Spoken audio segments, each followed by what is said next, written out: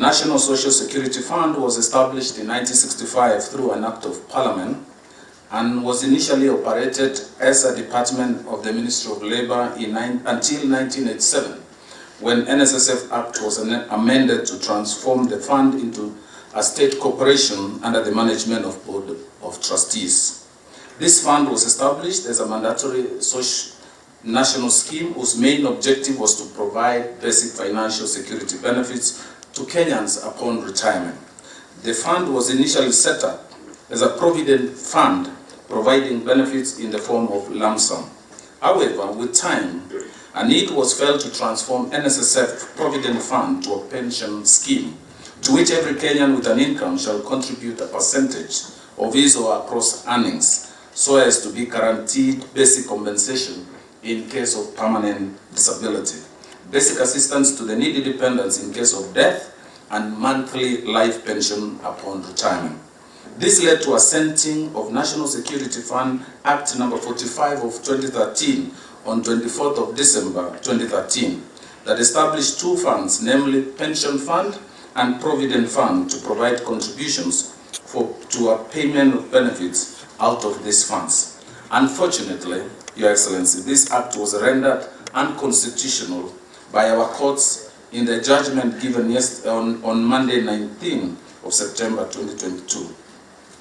On this project, Your Excellency, Mukuru Housing Project, NSSF is the largest provident pension fund in the country, holding close to 300 billion in member funds, which represent 18% of the pension assets under the management for the whole industry.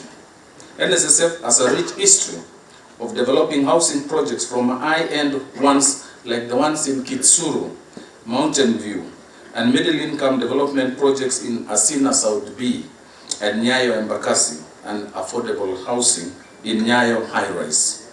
These are some of the largest and the most livable developments in the country. For the first time, Your Excellency, the fund is partnering with government to do developments in the scale necessary to address the nation's housing needs. This partnership is the first solid step towards achievement of your administration's commitment for the 250,000 housing units. The current contribution rates makes it difficult, Your Excellency, for the fund to invest in the right scale. It is therefore a national imperative for the new rates to be unlocked to allow the fund to play its rightful role, like similar funds in countries like Singapore. The RPA and NSSF Act allows members to take up to 40% of their savings for paying deposits towards home ownership plan.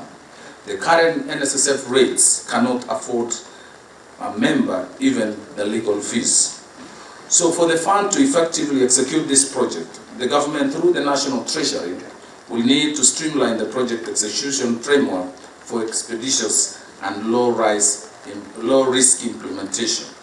So in conclusion, Your Excellency, we are happy to participate in one of the flagship projects that you have personally initiated. And we know this will contribute towards social security in terms of housing and retirement of our working people. So with those, NSSF is happy. We have planned for this investment, and we will journey with the government in partnership as we offtake any other project that may come.